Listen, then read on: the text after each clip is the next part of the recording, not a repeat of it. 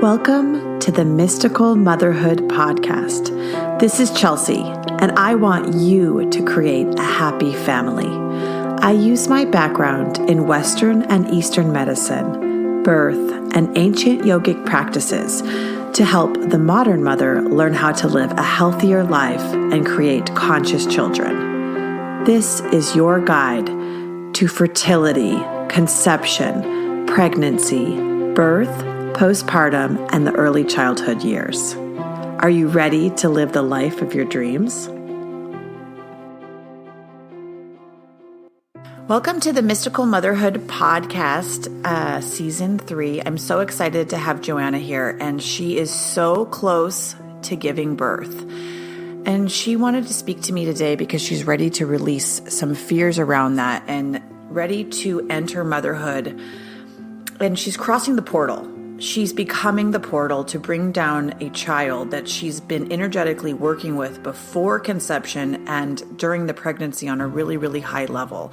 She's been meditating. She's been focusing internally. She's been working out all of the things that need to be released and let go of, all of the control, all of the fears, all of the anxiety. And today I'm going to help her cultivate an entirely new outlook on how to approach birth, how to keep an open mind, how to let go of all the fears that can come up around that, and a totally different outlook of looking at that. I also want to mention that my new book, Fertile, is available on Amazon, and you can go to the bio for a link for this. It is an amazing book that will help you prepare for pregnancy and for life as a woman.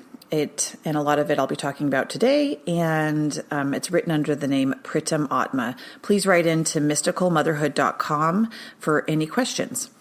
So Joanna, tell me what's going on with you today. Hi, I'm so excited to be on your podcast. I love it so much. Okay, what's going on with me today? To be honest, I have been feeling very good. But I think one of the reasons I'm super excited is to kind of unearth any of the fears that maybe I am in denial of a bit. And I know that'll come up from us talking. So I feel like I'm getting super excited, but something that has felt very, very far away is becoming, it could happen. I could have this baby in a week, 2 weeks. It was kind of like it's go time. I'm basically 38 weeks. And so it's sort of now all of the in the moment, oh my gosh, this is happening things start to come up. And as you said, I've been meditating a lot. I've been really doing my best to face these fears. But I think like some of the in the moment body stuff, like, no surprise, but the biggest one probably being just how to know that I can handle the pain when I don't know exactly what to expect, having never gone through it before. And then there's some of the like kind of silly, but also not silly, because, these are practical things too, of just making sure my body opens. Like I want my cervix to dilate, and, there are instances where fear can block that. And I want my vagina to stretch and open and allow this baby to come through without, getting really hurt in the process or getting, having issues. So I think it's kind of like those literal body things that feels like the most immediate. And then there's some other layers too, but that might be a good place to start. So I'm going to approach this from a midwifery perspective, from my training in midwifery. I'm also going to approach it from a reading, like I always do. Mm-hmm. And then the practical. So there's like 3 different approaches I'm going to give you. Okay. When great. I read your energy before we even spoke, you're physically like you're the element of cement right now inside of your body. And you may not even recognize it, but it's like you're frozen in time, your energy field, and you're heavy. You're feeling like the energy is really, really heavy, and that's okay. Yeah. But when you give birth, especially around the hours, around a few days before, you begin to go in the ethereal realms. I don't know about everybody, but from what I've seen as working as a labor and delivery nurse and what I experienced personally giving birth, you become a portal and your auric field opens up completely and you go into a really vulnerable state. Mm-hmm. And so you are a bridge between heaven and earth. And you always are when you're pregnant. And I don't think women realize that, just how much of a bridge to heaven and earth they are. But in the moment of letting that through, a ton of energy flows through you to push this out. Like the cosmic, if you think of cosmos birthing, it's exactly the same thing. And birth is so much like an awakening in so many ways, because an awakening is not some beautiful, really pleasant experience. It's a painful, screaming, let go of everything that could possibly, hold me back in the density. Yeah. So another way to look at birth in a really esoteric or spiritual way is the embodying of the elements, which I talk about in my book, Fertile, but in a different way. So if you're becoming a bridge between heaven and earth, you got to think of how much the elements are involved with that. So I believe one of the highest, holiest ways to get to God is to embody the elements and to understand how the elements rule your life and flow through you at different points. And so they're in the process of giving birth. We're going to go through it and how you can utilize the elements, but the fire will be the opening of the cervix. Mm-hmm. And so we can prepare. So if you can imagine, even just close your eyes now. Mm-hmm. The opening of the cervix can be terrifying for some women. If you've had any sexual abuse or you've had any trauma in that area, even in past lifetimes, but specifically in this lifetime, and you have not dealt with it, your cervix may not open. And I'm not trying, if anyone's listening and you have a friend that have had these issues, this has been documented by Ina May Gaskin, which I'm going to go into some of the things for you today, Joanna, that you should know that Ina May Gaskin taught in her books and also taught with me privately. But the cervix, it works when you go into birth, you're going into the back of your brain. You're going into the primal part of yourself. And so because your auric fields opens up so much and you become so vulnerable, and Ina May Gaskin compares it to becoming like the monkey. And so she's like, you get your monkey brain on. So you have to let go of all inhibitions. You have to be completely vulnerable. You become completely naked. So if you're letting anyone in the birth room, so if you're going to have a home birth, Joanna, so it's a different experience, but for other people listening, the people you allow in the room are critical to the way you will respond, and the environment you're in. It creates a frequency around you that will either put you in fear or into love. And so, this is something really, really interesting, but Ina May Gaskin noticed that when a male came in the room with the women, their cervix would close. Mm-hmm. But when a female, when the women were around females birthing, their cervix would open and relaxed, because there was no fear. And that goes back to the primal instinct of, and if anyone doesn't know who Ina May Gaskin is, she's one of the most famous midwives in the world. And she wrote many books on birth and on midwifery. And she was amazing because she kept the frequency of natural birthing of humankind. Basically, in America, we were losing what it meant to give birth naturally, as they're losing that in Brazil right now. The C-section rate's above 90%, probably like 95%. So nobody knows how to give vaginal birth there. The doctors wouldn't even know if you walked into a room and wanted to give vaginal birth. They wouldn't know what to do with you. And so this was happening in the United States, and she kept the frequency of, this is how you give birth at home. This is the primal instinct. And only 1% of women give birth at home. You have to be incredibly courageous, incredibly prepared, incredibly fit, incredibly energetically.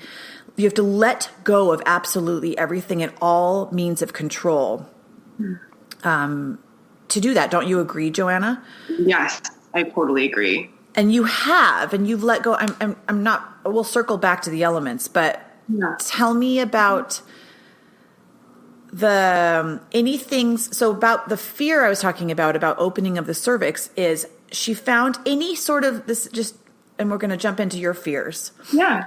So one story she gave, I can't remember. I got to train with her in the farm in Tennessee, so I got a lot of private stories. But maybe this is from one of her books or from her personally. But she had a couple that the cervix wouldn't open, and it was a home birth, and the male was holding the woman, and she got stuck at something like 8 centimeters.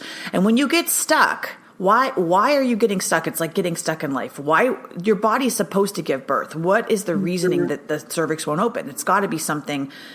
People think it's a physical thing, but I think it's a combination of an emotional and spiritual thing. Well, she said in this moment, this woman that was giving birth, she said, he hasn't married me. And she was frightened to death of birthing this child into the world without being married to this man. And so Ina May Gaskin grabbed her husband, and they took the couple into the woods, and they married them while in the middle of the labor. And then she went back and she delivered the child. And so, first off, with the environment, you need it to be soft and welcoming and completely safe at all times. And for you, you're prepared for this, correct? Yes. Yeah, I feel very good about that part. So, with the trusting of the body is you have to, going back to using the elements when you give birth, is your energy is really, really, really like it feels heavy in your lower legs, like heavy, and you may not even feel it, but with just an energy reading.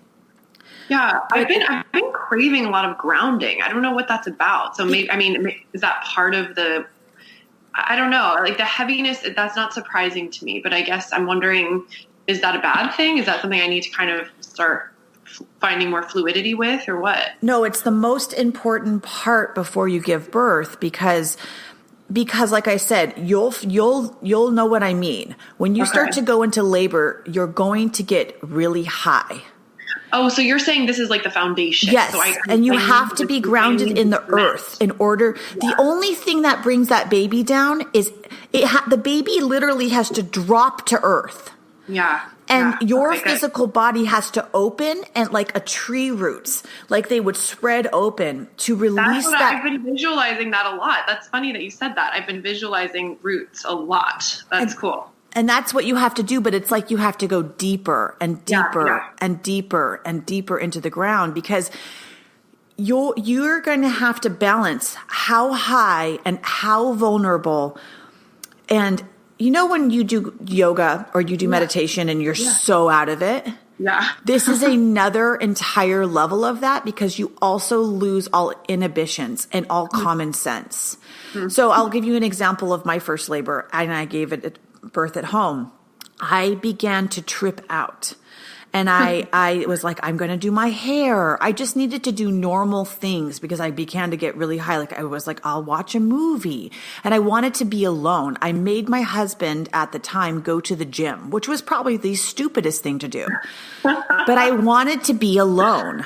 And it would be like you go very primal. And if you think about how, cats or dogs, they go into a corner and they just need to work it out. Yeah. And I told him I wasn't in labor. I was fine. And that was a lie. And I was lying to myself because I couldn't believe it was actually happening. And that may happen to you too. A lot of women may be like, I don't think it's happening. I don't think it's happening. And then all of a sudden it's really happening. Mm-hmm. So the pain is like something you've never experienced on your first birth. And I remember after I gave birth, I called my friend and I said, why in the hell didn't you tell me how much it hurts? And it's almost the same as motherhood. I also called her and I said, why didn't you tell me how hard this is? Because I think women, there's this social media thing of like, look at me after I give birth and this is what it looks like. It doesn't look like that. Mm-hmm. It looks like a disaster. You are a milky, bloody, very rare do you have some experience where you feel amazing. And so because you're going to just anticipate the worst so that everything else can be better. Yeah. And that's the reality of it. Go and buy some beautiful gowns to breastfeed in because you feel, I personally, and I hate to say this, but you can't help it. You feel overweight after you give birth. Yeah. You feel mushy. You feel used up. You feel like your auric field's totally expanded. And so you really want help from people, but then you don't want anybody around. That's another thing we need to talk about eventually. Yeah. So stop me now and tell me where we're at with all these things. And then we'll talk about the grounding and the going into the heavens and how you have to go through all the elements to get to that. Okay. So that's really good because so that's interesting that you're kind of saying this is like a very important step, is being that like cement foundation, rooting into the earth, getting really strong in my legs as I sort of build up. Because even yesterday, like all I wanted to do was walk around, and that hasn't happened. I wanted to like feel strong, and I wanted to feel my feet on the earth. And I checked my phone later, and I had almost walked 5 miles, which I know we're like, again, for a home birth, you're kind of supposed to be doing that every day, but it's been so hot where I live that I haven't been doing that. But it was like I had all this energy and strength. I did a yoga class. Like it was very interesting. It's like my body is ready to ground, and I'm craving like heavy foods. I'm eating a lot more even like carbs and cheese than I usually do, but I think it's like pulling me down in a good way. But I think, I guess before we go into the elements, going back to the pain, I think it's like, I know as you're saying, I guess I should stop saying I know because I will know, but I don't know yet. But that it's a lot. It's unexpected. It's not necessarily something you can control. I just wrote a little bit about this. I read this in a book, Pain is Inevitable, but Suffering is Optional. And I thought that was really cool. So I guess I'm trying to figure out how to. That was in my Mystical Motherhood book, I think. Is that too? Yeah, of course. Yeah. That book is so good. All your books are so good. And how much I love them. I'm so happy. I'm so happy they're in the world, but I'm trying to figure out like how do I prepare for riding the pain while being in the moment. I mean, I have a strong meditation practice. We've also shared an experience of doing the steps. A part of me kind of thinks like, is it like that? Is it like, it's like nothing I've ever done, but I guess my mind is craving some sort of analogy. I mean, I know you breathe through it and you do your best to be in the moment, but I guess it's just like, as I approach, I don't know. It's hard because it's like, part of me, of course, there's like a rational fear, but another part of me does feel like I'll be able to handle it. It's just kind of balancing in these final lead up days, making sure that's balanced. Does that make sense? I don't even know if it's a question, but does that make sense? Yeah, okay. Yes. I'm going to come back at it in a different way to have you think about things. Okay. So Ina May Gaskin said a quote, "Women birth the same way they live their lives." And repeat that. Women give birth the same way they live their lives. Because the reason I created Mystical Motherhood is because motherhood in itself is one of the biggest opportunities that women have in their lives to awaken on so many levels. To get pregnant is one area. To go through the pregnancy is another opportunity. To give birth is a huge opportunity to look at all your wounds and your control issues and your need for everything. Just gripping. And that's how the cervix open, is to let go of the gripping. And to let go. It's all about letting go, which is like water. And then the motherhood, the postpartum, is a magnificent opportunity to surrender. And then it continues. And so I don't know if a lot of people approach motherhood this way. But again, let me repeat, women give birth the same way they live their lives. And so as a labor and delivery nurse, I worked at UCSF for many years.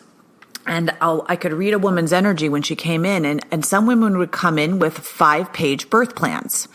And it was almost a joke, and I hate to say this, but those women that were so controlling went to C-section because they had so much frigidity and so much limited, and they were so tight. So their muscles were tight. Their energy was tight. And you cannot be tight and grip and hold on when you're going to go into labor. You can't. You'll grip and your muscles will contract. and they'll have to use Pitocin or something to open up. And I'm not saying that doesn't happen. People sometimes need a little boost from Pitocin to open up. And some women definitely need an epidural for sure to relax their body enough to allow the cervix to open. If I had gone to the hospital from my home birth, I would have 150% gotten an epidural. Yeah. So just so you understand the level of how the pain changes in labor. So some women are going to have a really, really low pain threshold, and some people have a high pain threshold, and they don't even recognize it is. And that's just like the way they live their lives. Yeah. And I had a very high pain threshold.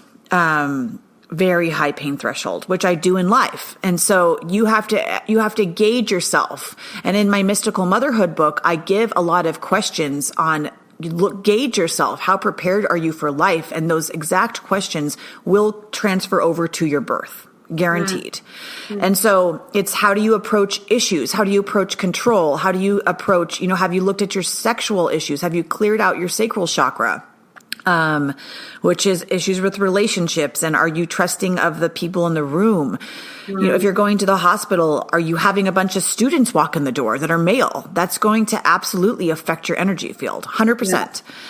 Yeah. So all of these things are really, really important to think about. So in the beginning, having a hospital birth is going to be an entirely different experience. I do talk about this in Mystical Motherhood because inevitably they're going to use machines and they're going to use medications.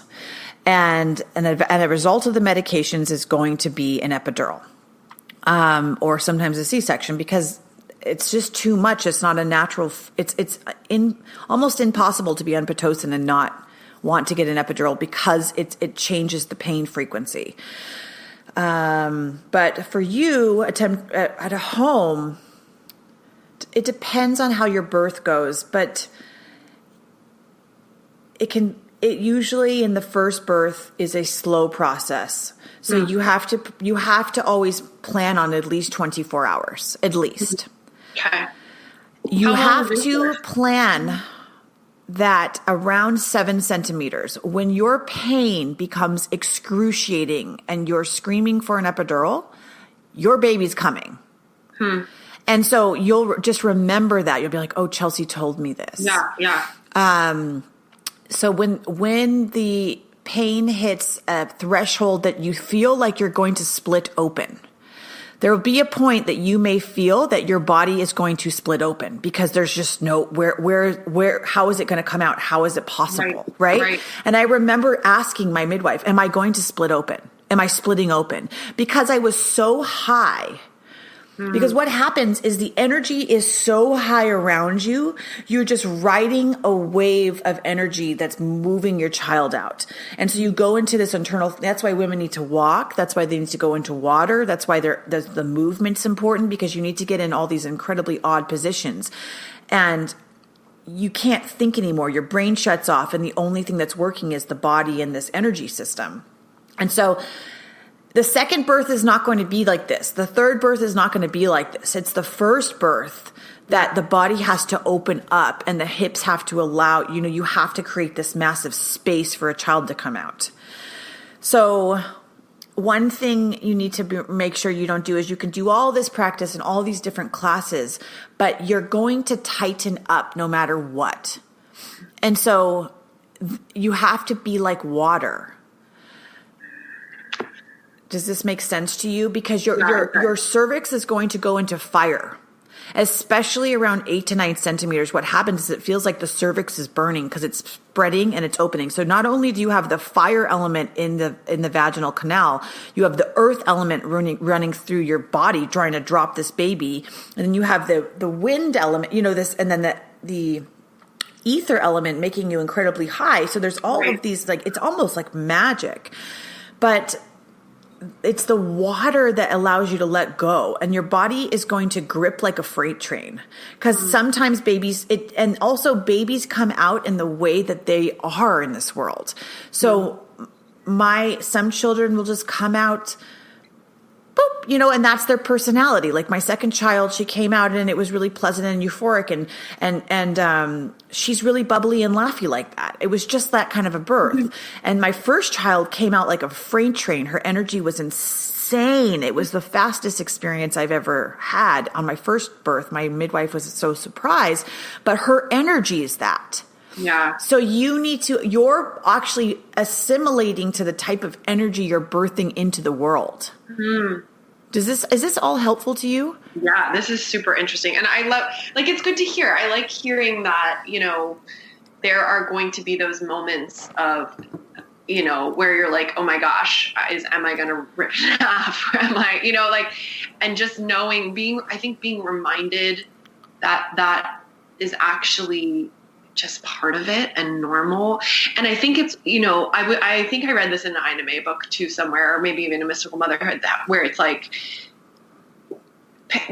pain, there's so many different types of pain. And while pain can also be a signal that something is wrong, in this case, it's a signal of transformation. And so I think just being reminded that in that situation, that pain, that burning, that stretching, that fire, that whatever is normalized. It's not actually a pain to be afraid of. It's a pain that means everything's actually going the right way.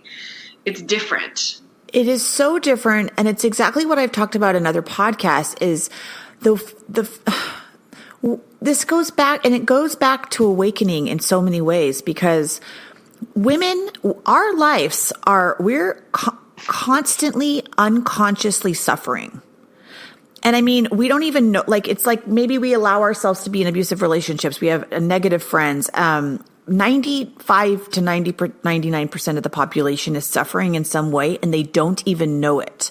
They're ignorant of it, or they enjoy the drama, right? And so a lot of people avoid pain.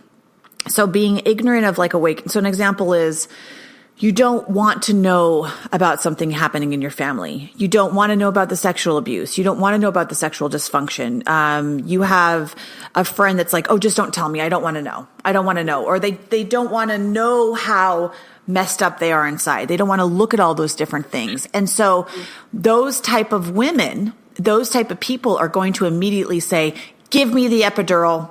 Give me the pain management. I don't want to feel anything. I don't want to feel anything. And that's the numbness of this world. I'm not saying don't get pain management during labor, but just... No, right. I know what you're saying. Yeah. But if you're listening, look at yourself.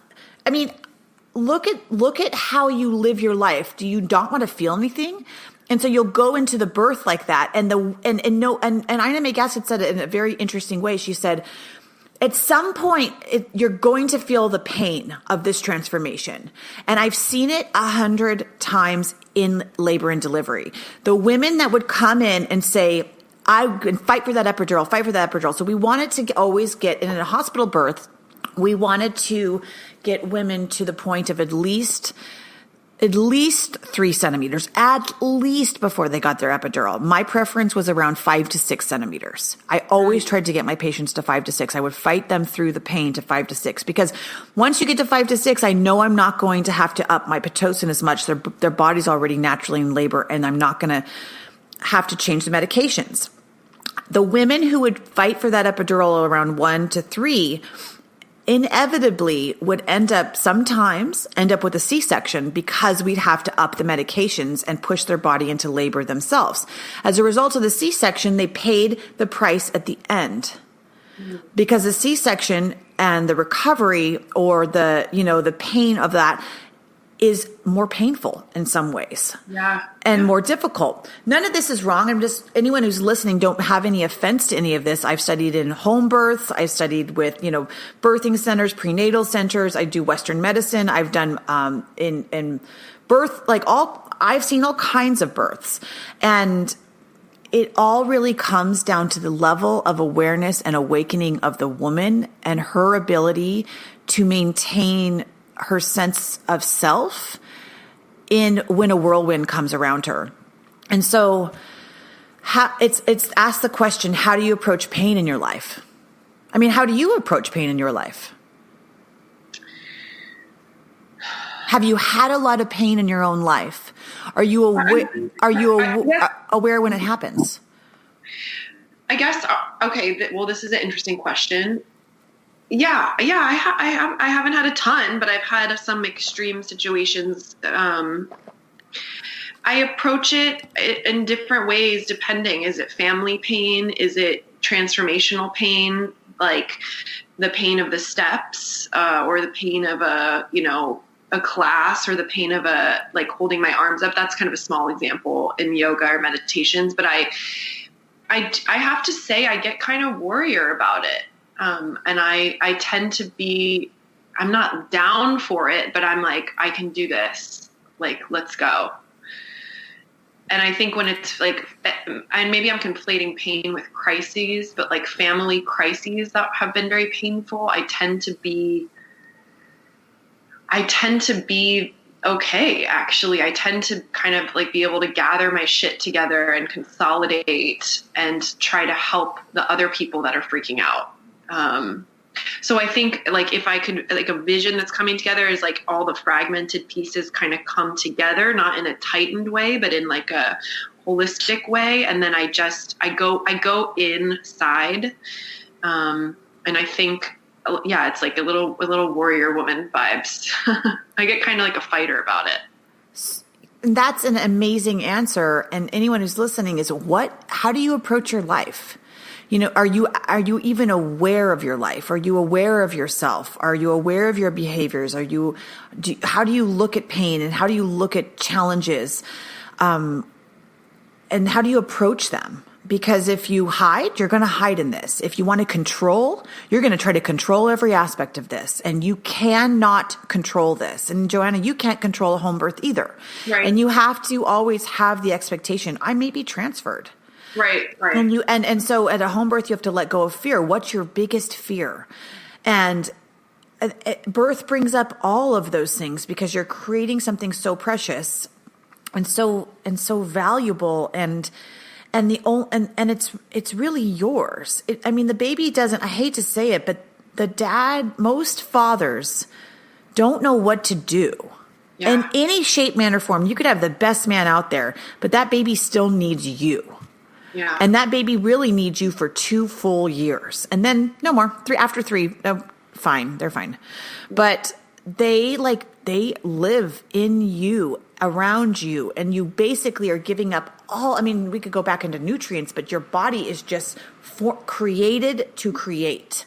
And that's why I talked about in both my books, Mystical Motherhood and Fertile, is the nutrients are so important. So the postpartum, I believe in using the Ayurvedic method to refill yourself, which is a lot of carbs via rice and a lot of good, healthy sugars and a lot of warm things, because you want to fill yourself back up with nurturing. Mm-hmm. What was I going to say? I want to go into the shock of motherhood with you. Is there anything else you have around the pain, around how the birth usually works? No, I think you're right on the money in terms of, I think the shock of motherhood.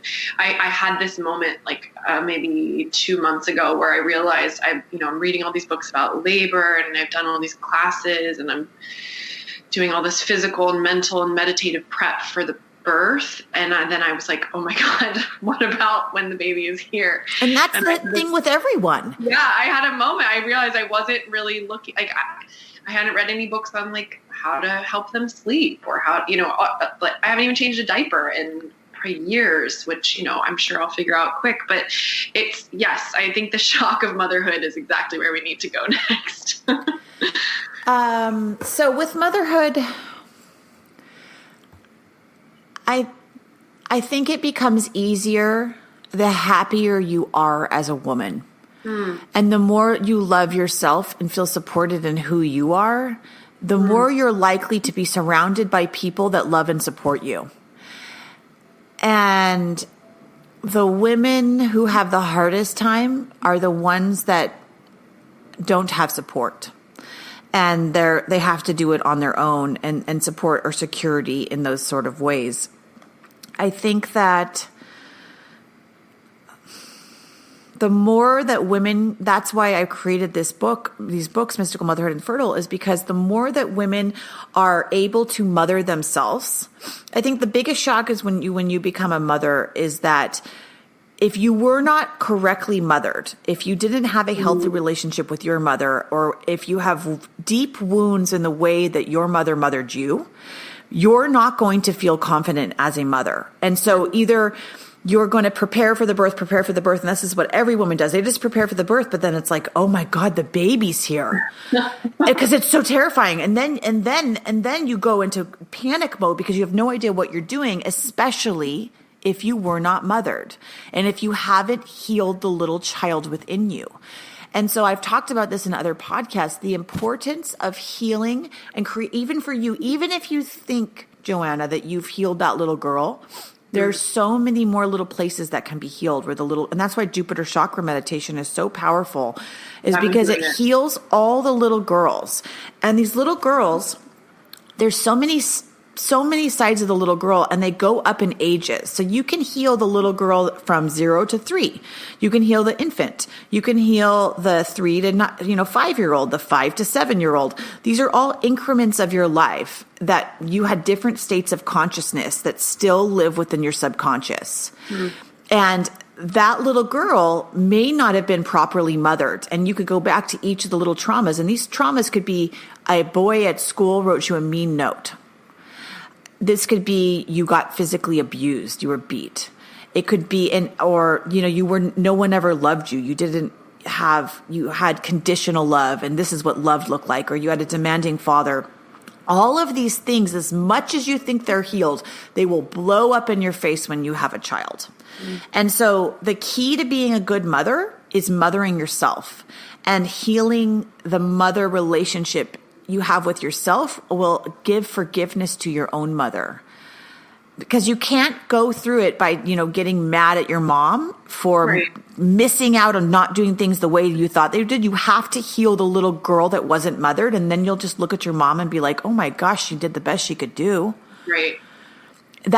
I don't believe it's about like going into therapy, talking about your mom.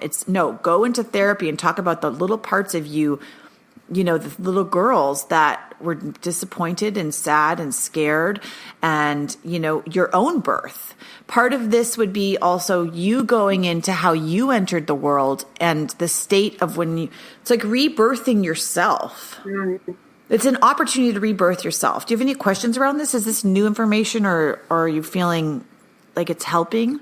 I love it. No, I love hearing it. I think it's super helpful. And I guess what it's bringing to mind as you talk about it is I'm realizing, and I have a lot of flexibility because I work for myself and I work from home mostly, in that I've gotten to slow down, but I'm realizing, I think the ways that I've had to mother myself across this pregnancy have been really just changing the way I thought about what slowing down meant, because I was very sick for a long time. And then I was very tired. And then I was just like really kind of lost, not in a bad way, but just finding my way into, feeling like the radiant, strong person that I tend to, that tends to be my MO. But with growing this baby, it was like, there's a lot of different energies. There's a lot of things I think I'm purifying and healing. And so anyway, all that to say, I think I've had to mother myself, and I'm someone who did not have big T traumas growing up. So yeah, it may be like the boy at school was mean to me, and that's like somewhere in my 4-year-old subconscious and that kind of stuff for sure, because we all have that, like you said.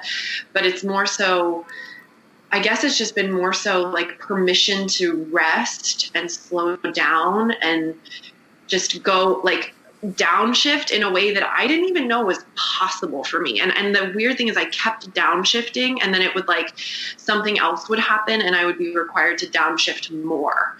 And I mean, I've still been working and I've still been living my life as much as I can, but I've had to just be so ruthless about taking care of myself. And I wonder if that's just been part of the mothering. It's like I've had to learn it. Yeah.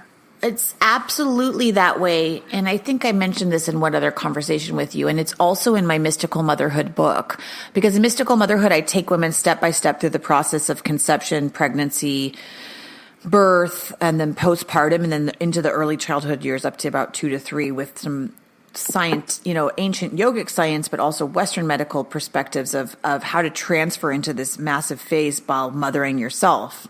Which is, everyone puts their child first, or a lot of women do, and it's not about that. You have to create, an only way to create independent, sparkly children that are going to change this world is to not create codependency with them. And that's a massive thing for women, is that they put their all into their children and they use their children as an excuse not to grow. And it's only going to hurt them. But one of the biggest shocks I find that a lot of women have is the amount you have to slow down. And so a lot of women, we are not in a world that is slow.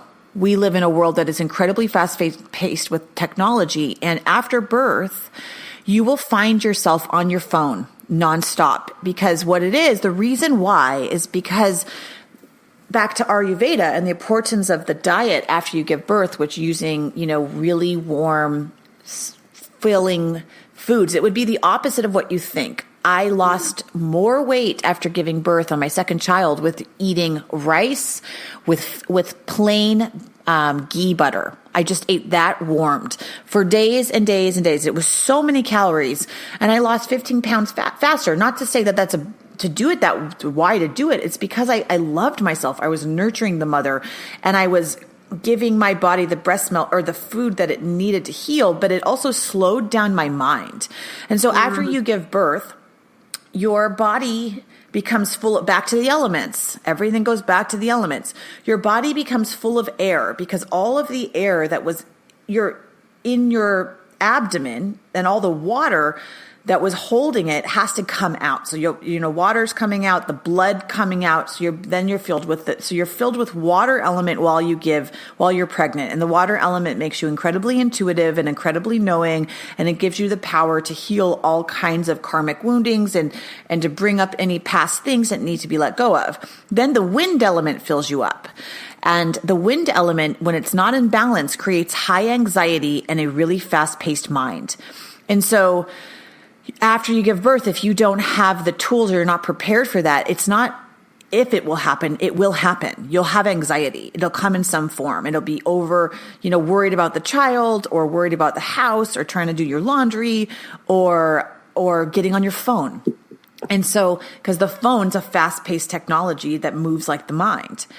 And so you need to be prepared to reduce that air within you through this diet, which is all in Mystical Motherhood book, but also you can if you bind your stomach, which they did in the ancient times, they did ancient binding rituals of bringing that energy back in. So you're basically expanding out into the universe, and then you have to feel contained again. So in the ancient times, they would wrap women up for days. They'd come in every single day and wrap the woman up, just bind her in a cocoon, because her energy field was so expanded. So wearing a torso, wearing a something around, you can just buy some material and wrap it around and put a tie around it so that you feel contained and that air can get out. The air is healed through oil, through the carbohydrates. It is healed through herbs, through specific herbs. Is this helping? Do you see how the air would make you full of anxiety? And I talk about this in Fertile, what the negative effects of the element of air can do to your state of consciousness. I'm even, this may sound weird, but I'm even craving like the wrapping right now. Obviously it would be tight around my big belly, but I feel like that need to like consolidate and contain. And I feel like that is going to be really valuable postpartum. And also it would be beneficial if you can afford it to have somebody come to your house and give you massages. Yeah. For you and the baby. It is I can't tell you. So I had 2 different postpartum experiences. With my first child, with both of my children, my husband left me the day after I gave birth. It was probably one of the most traumatic, my ex-husband, traumatic things I've ever experienced. And it was abandonment on all levels, which was my biggest wound for healing. and my biggest room for expansion. And on the first birth, I went into complete isolation, complete anxiety, complete panic. I was by myself with an infant, and was completely unmothered. And I had to go through this so that I could teach women there's a different way to do it, which actually, was building me up for the Mystical Motherhood brand and platform I'm creating. The second birth, I said, I'm going to do this completely different, and I'm going to invest money in myself. So I knew he would do the same thing. I knew he would leave because that's what he does. And I hired a person to come in and cook me Ayurvedic food and to give me massages and the baby.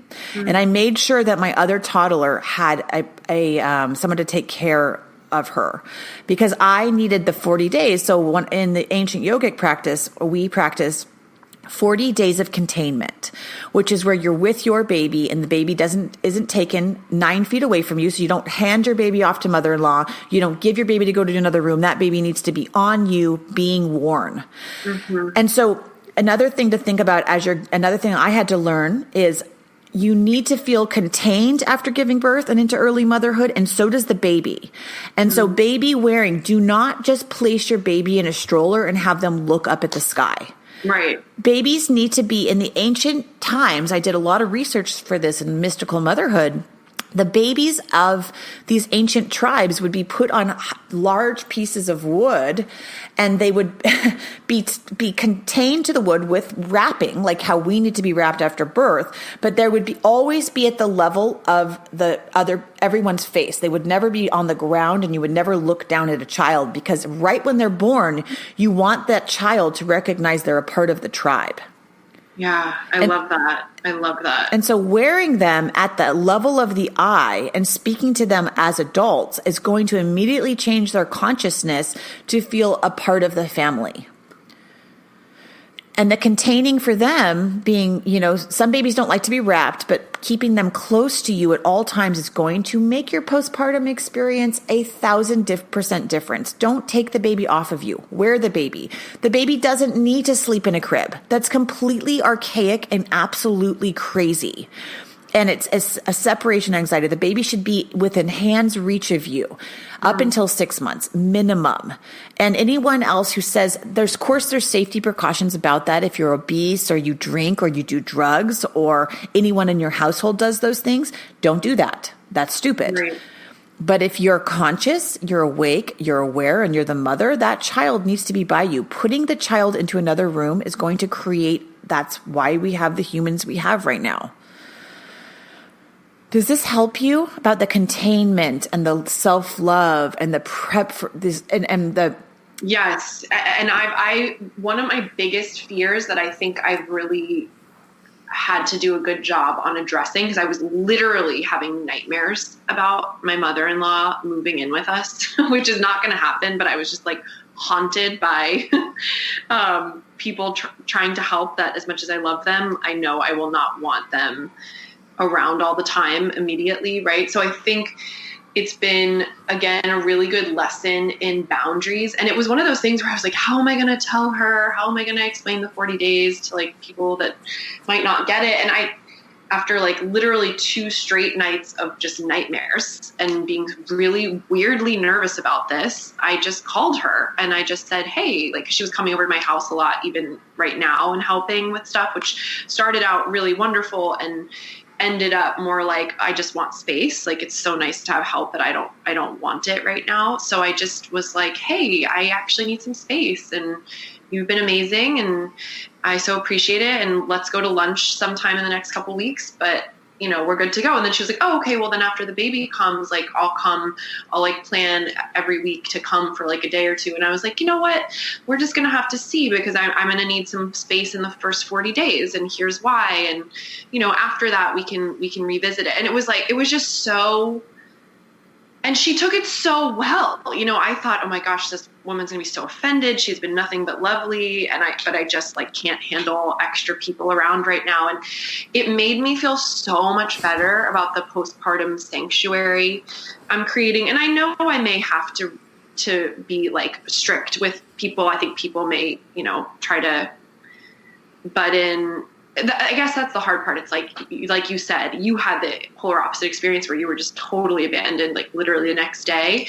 I live in a radius of like 30 miles of like 50 family members, and it's so great, but it's also, I guess I don't know what I'm going to want. So anyway, all that to say, really establishing the boundaries with the person that for whatever reason was triggering me the most has made me feel so much better. I just can't even tell you. And it was kind of like I had to mother myself again. Like, what do I need? I need to, lovingly and kindly tell this person what I need and not be afraid of something anymore. And it was such a good moment. That just happened last week. It's like really fresh. And that is so important because anyone who's listening, why conscious conception is so important is you need to get through all the crap, and I hate to say shit, but it's true, before you conceive this child and as you birth this child. You can't have any expectations of what it's going to look like. And so for you need a lot, like many listeners may have the situation where there's a lot of family around and those family members want to come around and they may need to visit, but you need to say, look, I'm tired. I want you here, but I can't explain it. I need you gone because my energy field is so open right now. And so is my babies. And we just want to be alone, but like, I need you in the other room. Stay here, stay close, but not too close. And that's what you're going to feel like. You're going to feel like, I don't want to be alone, but I don't want you too close. Interesting. Okay. Yeah. And because you're protecting your baby. And that's a normal thing. And then there's the other side of it. I had a complete opposite experience. I never, with my first husband, I had assumptions about what marriage was and what it looked like. And I was blown away. He didn't really want children as the level. He didn't look at child raising the same way I did. And he thought that having people raise your children was natural. Other people. And he thought that would, as a good replacement for a mom and a dad. And that's not bad or negative, but that's the way he grew up. Yeah. And that isn't, I just thought that was shocking. And also his, mother-in-law and father didn't want to be involved.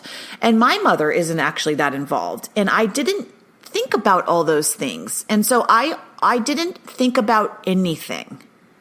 In my first child, my consciousness wasn't at that level yet. I wouldn't have known any better. And especially with fertile, my consciousness has grown at such a fast, accelerated rate that I wouldn't have thought about the programming of the child in the womb 5 years ago. That wouldn't even have crossed my mind. And so you have to be aware of your life. You can't be ignorant of what's going on and the people you're around. And you also can't have expectations. You need to have full conversations with them. Are you going to help? Or I don't want you to help. And you can't have them at the moment of vulnerability. You need to have them before. If I would have had a conversation with my mother-in-law long before I gave birth, I had to say to her, because she lived close, I thought she would want to come and see the kids and be with us. And she didn't. And I was shocked, hurt, and mortified for years. I could not believe it. But then I found my husband didn't either. And I'm not saying this in a bad way. This is not me. I'm just being completely honest. I had expectations of what I thought a family looked like at that time in my life, but my consciousness wasn't ready for that type of love. So back to what you grow up with.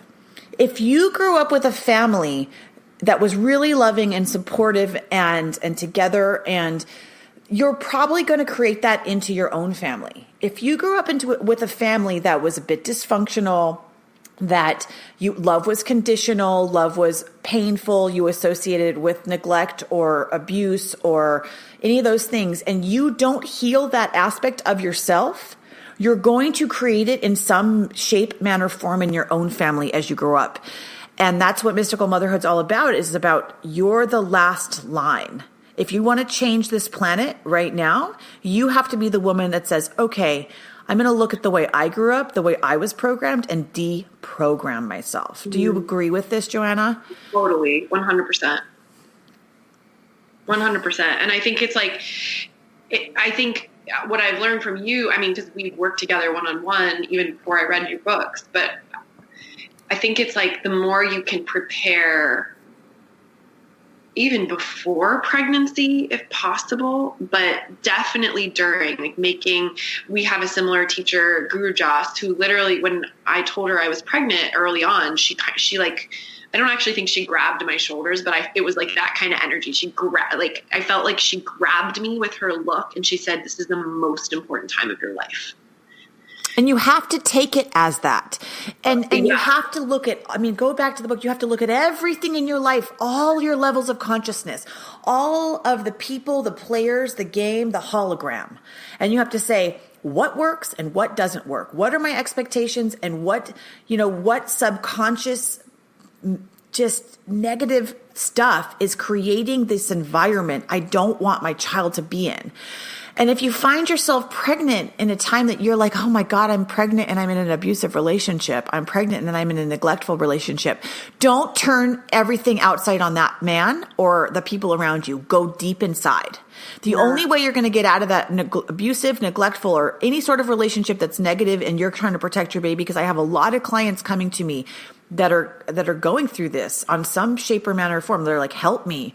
I know something's wrong with this environment. I don't know how to get out of it. The only way to get out of it is to go inside and change your frequency. And these meditations that are in the Mystical Motherhood book from the Kundalini lineage are the fastest things on this planet for you to change your frequency. Another way is to look at how the elements affect your consciousness and how alchemy can transform you, which is all in my book, Fertile. And once you change yourself, your entire environment can't not respond to your new frequency. And I almost named Mystical Motherhood New Frequency, but didn't make this much sense. But that's what it's all about. It's about creating a new frequency, because these children that want to be birthed through us, the only thing that's going to change this planet is the Divine Mother. The Divine Mother is trying to come through us. And we can look at our greatest contribution to this planet is motherhood, and taking this time to change ourselves for this planet. And that could be your biggest gift to what you do in this world. And it's not just about your career. It's not just about the food you make at night. It's not, all those things are beautiful pieces of art, but it's about the children in some ways. I totally agree. And that's such a major reframe than how so many of us live and so many of us see motherhood, where it's like, okay, let me gallop for these next 9 months at work. Let me do everything I need to do to get things in order, when it's actually like, and again, I didn't really have a choice because my body was forcing me to slow down so much that I had to listen. But in a way, I'm really grateful, because I feel like otherwise I would have tried to teach a lot more or hold a bunch more retreats or do, video courses of things that I want to do. And not that any of that creativity is wrong, because also being pregnant is a wonderfully creative time. Because of the water element. It's just different. Yeah. But it's just different. It can't be creativity that you're pushing. It's like creativity that just has to flow. Exactly. Like water. And that creativity has to go somewhere, but it's also it's a balance between slowing down and creating. Yeah. And it's almost the creation comes from the intuitive drive of God. And the slowing down, you have to slow down to become creative, because you have to tune in. In some ways, creation is a balance. It's like when you're creating something, you think you're moving fast and you think you're doing a lot, but you're actually intuitively dropping in. And that's why the slowing down, it's got to happen at some point. So doing it before you give birth is so critical, because the anxiety is so high. And just know, oh, my anxiety is high. The wind element is running through me. Okay. Right. I understand it. I'm going to expect that. I'm going to allow this to happen for a certain amount of time. And if it keeps going crazy, I've got tools. I can have a massage. I can eat these types of food. Just know that this is all normal. And know that you have the ability to plan ahead for the worst case scenarios and the best. But if you're listening, don't not plan. Don't just think it's going to work out and someone's going to come take care of you. No, it's like if some people, if they want to have a good birthday party, you've got to just do it yourself. Yeah. And it's kind of like with birth. If you want to have a good birth, plan it. Plan your care after and pay for it, because even if you need to go into savings, it's worth every penny. Yeah. Yeah.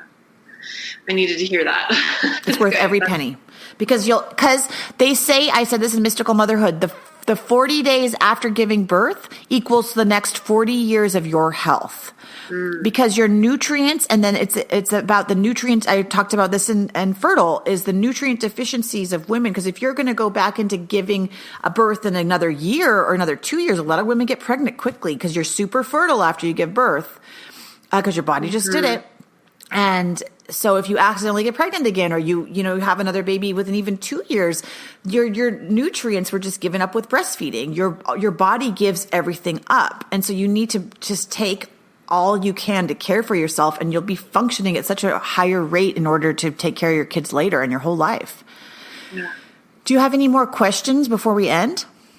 No, I'm feeling good. I'm really glad that we talked about some of this. I think this is really needed. And, I'm grateful, and I'm glad I can share, and we can share this with mamas and future mamas out there, because I think it needs to be talked about more, because the way the West has been going about motherhood is really not safe for the babies or the moms. And to start to change that, I'm so grateful. I'm so grateful that it's happening. So good things for you to begin to do is begin to ground into the earth and allow your energy, like the deeper you can do more squats. Like in Japan, they do 500 squats a day, the home birthers. Wow. Crazy. I know. Go against a wall and do it. But like lots of squats, lots of walking, get in nature, feel grounded, go into the earth element. And also because you'll open up into the ether element easily. Right. Focus on how, begin to do meditations where you see the elements around you, and you can go into my new book, Fertile, and look at the elements and the patterns of the sacred geometry of the elements, because they'll help you remember and say, okay, when I'm going into labor, I'm going to feel the burning of the fire that's opening me up my cervix. I'm going to feel the earth running through me like an earthquake. I'm going to feel the water coming out of me, and I'm going to allow the letting go of water, and you can ask the ascended masters to come in, Kuan Yin, who uses water. Surround yourself with water. Get in water. When you start to burn with the fire, get into the water. When the earth becomes too strong, go into the ether. Yeah. And it becomes a dance. And think of Durga. Think of the goddesses. Think of how they move. Think of the light. When the most powerful thing you can become is an element in this earthly realm. The ascended masters, the angels, the lightning beams or beings, the thunder beings, all of these different high energetic frequencies that are in these other planetary realms are the elements. They've embodied the elements. And that's what Kundalini Yoga does. It says, okay, can you awaken to your power, which runs through alchemy, which runs through the elements, which is nature. And so women awakening and women going back to who they are is going back to nature. We are nature. That's why we bleed every month. That's why we give birth, we create. And so going back into Mother Nature in ourselves is going to give you so much internal power, you won't even know how to handle it when you begin to understand your own elemental frequency. And this is that opportunity. Oh, I love it. Okay, I love you very much. Thank you for coming on. Oh my God, my pleasure. And if anyone who's listening, please leave a rating for this show. It really, really helps. I know it takes like a second, so it's annoying, but if you do it, it helps a lot of other women. And you can find Mystical Motherhood, which it talks all about the postpartum period and preparing for a hospital birth and a home birth. That's it all in my first book, Mystical Motherhood. My second book, Fertile, is written under my name, Pritam Atma. So you can find that on my website at mysticalmotherhood.com. If you are hoping to have a session and you're having any issues in your life, please reach out to me. I'm having people from all over the world begin to reach out for sessions with me to help them consciously conceive, increase their fertility, change their family, or go through issues while they're pregnant and into motherhood. So I look forward to hearing from you all and your emails. And if this helps you, please share it on social media or with a friend. Have a wonderful, wonderful week.